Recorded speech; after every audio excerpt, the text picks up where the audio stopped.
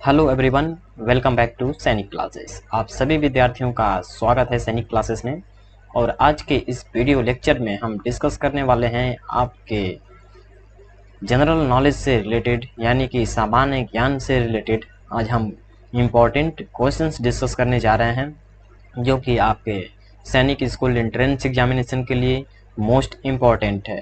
ठीक है, तो चलिए आज का हम सेशन स्टार्ट करते हैं। ओके, तो सबसे पहले सेशन स्टार्ट करने से पहले मैं आपको यह बता दूं कि जो भी स्टूडेंट्स का रीजनिंग में कंसेप्ट बिल्कुल क्लियर नहीं है कोडिंग डिकोडिंग से रिलेटेड, वह प्लेलिस्ट में वीडियोस अपडेटेड हैं, आप वहां से जाकर कंटिन्यू कर सकते हैं। ठीक है, वहां से आप जाकर देख सकते हैं। ठीक, अब उसके बाद जो स्टूडेंट्स पहली बार चैनल पर विजिट किए हैं सैनिक क्लासेस को सब्सक्राइब कर लेंगे और टेलीग्राम चैनल से ज़रूर वो ज्वाइन हो जाएंगे ताकि आपके सैनिक स्कूल से इन्फॉर्मेशन कोई मिस ना हो जाए, आपके मिलिट्री स्कूल से कोई इन्फॉर्मेशन मिस ना हो जाए। जो भी स्टडी मटेरियल्स जो होती हैं वो सभी के सभी पीडीएफ्स स्टडी मटेरियल्स जो होते हैं आपके टेलीग्राम चैनल पर पोस्ट किए जाते हैं, और जो भी नोटिफिकेशन देना होता है, सूचना देना होता है आपकी क्लासेस कब चलने वाली हैं, सभी के सभी आपके टेलीग्राम चैनल पर उपलब्ध कराई जाती हैं। और सभी दिन प्रत्येक दिन क्विज कंटेस्ट किया जाता है, तो टेलीग्राम चैनल से ज़रूर ज्वाइन हो जाएंगे। डिस्क्रिप्शन बॉक्स में मैं लिंक दे दिया हूँ। ठीक है, चलिए तो आज का क्वेश्चन हमारा स्टार्ट होता है जो जनरल नॉलेज का है। ठीक है, which instrument is used to measure the altitude of a flying aircraft. आपका ऑप्शन दिया गया है एरोमीटर, अल्टीमीटर, एनीमोमीटर, बैरोमीटर। उड़ते हुए विमान की ऊंचाई मापने के लिए किस यंत्र का उपयोग किया जाता है। आपके पास ऑप्शन दिया गया है एरोमीटर, अल्टीमीटर, एनीमोमीटर, बैरोमीटर। तो देखिए, जो आपकी एरोप्लेन हो, हवाई जहाज जो होती हैं, इनकी ऊंचाई मापने के लिए हम यूज करते हैं अल्टीमीटर का। अल्टीमीटर, ठीक है, किसका यूज करते हैं साहब? अल्टीमीटर का यूज करते हैं। ठीक, तो इसका राइट आंसर क्या हो जाएगा? ऑप्शन नंबर बी सही होगा। ठीक, ऑप्शन नंबर बी सही होगा। अल्टीमीटर का हम लोग कहाँ यूज करते हैं? ऊंचाई मापने के लिए। ठीक है, चलिए नेक्स्ट क्वेश्चन है। अब national song of India, Bharat का राष्ट्रीय गीत है वंदे मातरम, जनगण मन, सारे जहां से अच्छा, अय वतन के लोगों। नेशनल सॉन्ग ऑफ इंडिया, बताइए नेशनल सॉन्ग ऑफ इंडिया क्या है? भारत का राष्ट्रीय गीत है आपका ऑप्शन ए वंदे मातरम। ठीक है, वंदे मातरम आपका राष्ट्रीय गीत है। ठीक है, नेशनल सॉन्ग है वंदे मातरम। ठीक है, तो आपका ऑप्शन नंबर ए सही होगा। ठीक है, चलिए नेक्स्ट क्वेश्चन की तरफ चलते हैं। अब who was the founder of Jainism? Rishabhdev, Parshvanath, Ajitnath, Mahavir Swami. Jain धर्म के संस्थापक कौन थे? तो यह भी बहुत इंपॉर्टेंट क्वेश्चंस बन जाता है आपके लिए। जैन धर्म के संस्थापक कौन थे, यह आपको ऑप्शन दिया गया है, बताइए। तो इसका सही जवाब होगा, इसका सही जवाब होगा ऋषभ देव। ठीक है, option A is the correct answer. Option A is the correct answer. Rishabhdev was the founder of Jainism. Okay, next question है अब, Kuchipudi is a classical dance form of which state? आपके पास दिया गया है केरला, तमिलनाडु, आंध्र प्रदेश, उड़ीसा। कुचिपुड़ी किस राज्य की शास्त्रीय किस राज्य की शास्त्रीय नृत्य है? ठीक है, डांस है। तो कुचिपुड़ी जो है यह आंध्र प्रदेश की बहुत ही फेमस डांस है। ठीक है, कुचिपुड़ी। तो option C is the correct answer. Okay, next question है अब हमारे पास, the highest rank of the Indian air force is. Option दिया गया है general, air chief marshal, admiral, chief of defence staff. भारतीय वायुसेना की सर्वोच्च रैंक है general, air chief marshal, admiral, chief of defence. तो इसका सही जवाब होगा एयर चीफ मार्शल, जो कि एयर फोर्स का सबसे बड़ा रैंक माना जाता है। एयर चीफ मार्शल को माना जाता है। ठीक है, तो जो कि इसका सही जवाब होगा ऑप्शन नंबर बी। ठीक है, option B is the correct answer. Okay,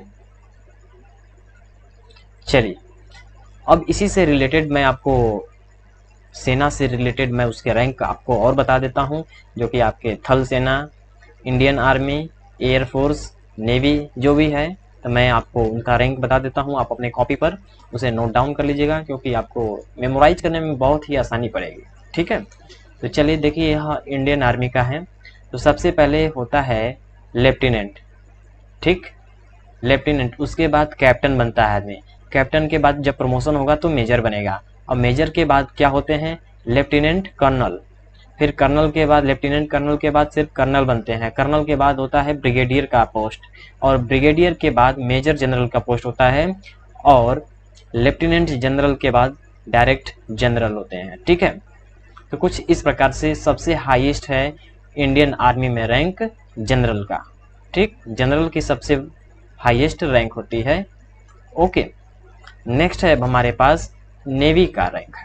ठीक है, तो यह जो हम बताएंगे आपको, नेवी का फर्स्ट रैंक पड़ेगा एडमिरल, जो कि नौसेना जिसको बोलते हैं, नौसेना। ठीक है, तो यह सबसे बड़ा रैंक है, एडमिरल का सबसे बड़ा रैंक है नौसेना में। ठीक है, ओके, और यह निचला वाला सबसे लो पोस्ट का रैंक है। ठीक, चलिए नेक्स्ट क्वेश्चन है अब हमारे स्क्रीन पर।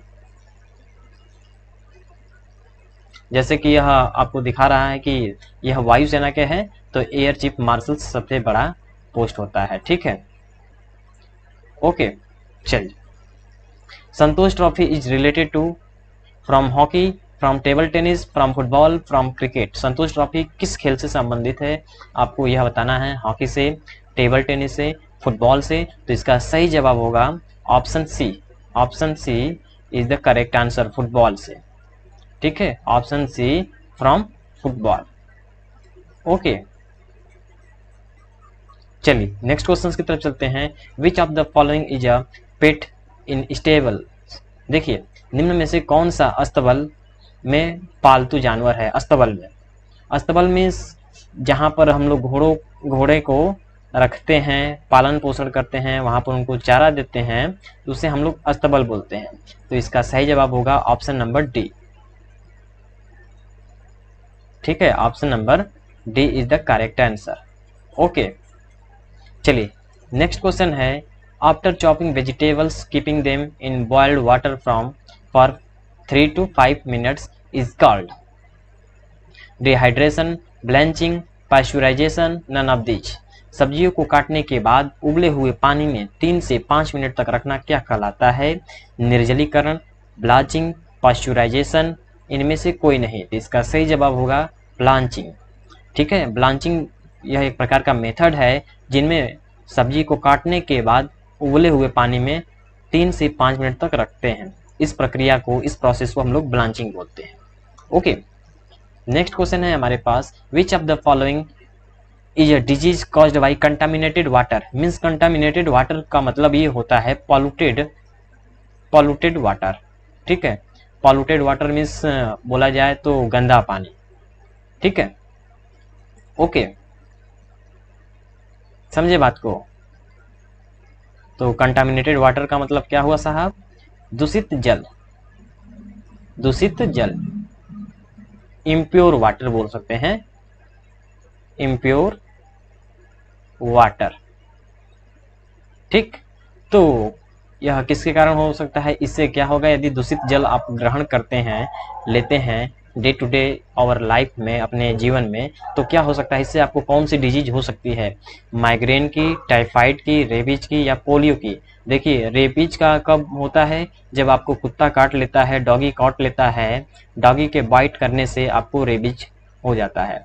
ठीक है, पोलियो का मतलब ये होता है, पोलियो यह पहले खूब चलता था, लेकिन अब डे बाय डे पोलियो की जो केसेस होती हैं वो कम हो जाती हैं, क्योंकि पोलियो का भी एंटीडोट आ चुका है। ठीक है, जिसे बचपन में ही यह पोलियो का इंजेक्शन लगा दिया जाता है। ठीक है, तो देखिए, पोलियो में यह होता था कि पैर का टेढ़ापन होना, बाह का टेढ़ापन होना, इस प्रकार से यह पोलियो के लक्षण होते थे। और टाइफाइड है, टाइफाइड जो होता है, यह दूषित जल को ग्रहण करने से होता है। जब गंदे पानी पिएंगे तो आपको टाइफाइड के लक्षण दिखने लगेंगे, इसमें बुखार आने लगेगा, सर भारी हो जाएगा, चक्कर आने लगेगा, उल्टियां होने लगेंगी। इस प्रकार से आपको टाइफाइड के लक्षण दिखते हैं। ठीक है, तो एक और क्वेश्चन है हमारे पास। Where is Sanchi, Sanchi stupa located. New Delhi, Madhya Pradesh, Karnataka, Maharashtra. Sanchi का स्तूप कहाँ स्थित है, तो आपका ऑप्शन दिया गया है नई दिल्ली, मध्य प्रदेश, कर्नाटक, महाराष्ट्र। इसका सही जवाब होगा मध्य प्रदेश। एमपी में यह सांची का स्तूप स्थित है। ठीक है, यह मोनूमेंट है, जो कि मोनूमेंट से रिलेटेड हमने जीके के प्लेलिस्ट में बहुत सारी वीडियोस बनाई हैं। आप वहां से अपने जीके की प्रिपरेशन कर सकते हैं, साथ ही साथ आप रीजनिंग की भी प्रिपरेशन कर सकते हैं, और मैथ का बहुत से बढ़िया क्वेश्चंस भी आपको डिस्कस किए गए हैं, जो कि आपके एंट्रेंस एग्जामिनेशन के लिए मोस्ट इंपॉर्टेंट है। ठीक है, चलिए नेक्स्ट क्वेश्चन है, which planet is known as the morning and evening star? Budh, Mangal, Shukra और लास्ट है पृथ्वी। तो इसका सही जवाब होगा वेनस, यानी कि शुक्र को हम लोग बोलते हैं। ठीक है, शुक्र को हम लोग बोलते हैं। ठीक है, ठीक है साहब, शुक्र को हम लोग बोलते हैं। Okay, next question, rangoli is the main folk art of which state? Gujarat, Maharashtra, Rajasthan, Uttar Pradesh. Rangoli किस राज्य की प्रमुख लोक कला है? यह क्वेश्चंस बहुत ही इंपॉर्टेंट है, इसका जल्द से जल्द बताइए क्या हो सकता है। रंगोली जो कहाँ की सबसे प्रमुख लोक कला है? ठीक है,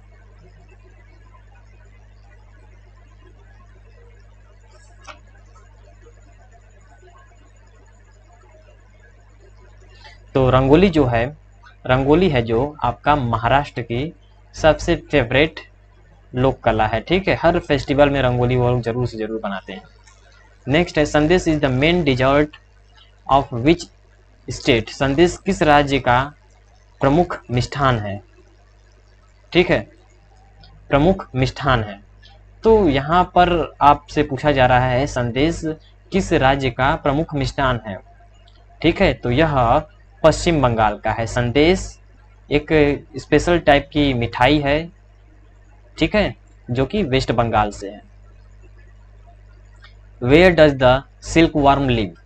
on neem tree, on peepal tree, on peepal leaves, on mulberry leaves, on banyan leaves. नीम के पेड़ पर, पीपल की पत्ती पर, सहतूत की पत्तियों पर, बरगद की पत्तियों पर।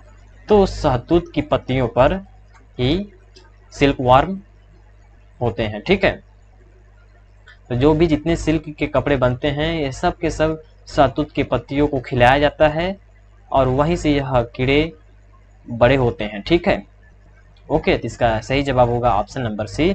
और यहीं पर हम वीडियो लेक्चर को समाप्त करते हैं, और जो भी स्टूडेंट्स पहली बार चैनल पर विजिट किए हैं सैनिक क्लासेस को सब्सक्राइब कर लेंगे, ताकि अपनी इंट्रेंस एग्जामिनेशन की तैयारी और बढ़िया से कर सकें।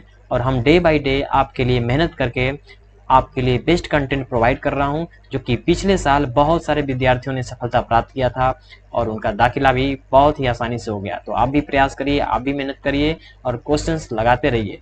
ठीक है, तो जो भी स्टूडेंट्स पहली बार चैनल पर विजिट किए हैं सैनिक क्लासेस को सब्सक्राइब कर लेंगे, और टेलीग्राम चैनल जरूर ज्वाइन कर लेंगे, ताकि कोई भी इंफॉर्मेशन देनी हो तो आपको सबसे पहले मिले, मिस ना हो जाए। ठीक है, तो चलिए यहीं पर वीडियो लेक्चर समाप्त करते हैं। Okay, bye bye, take care all of you. जय हिंद, जय भारत, वंदे मातरम।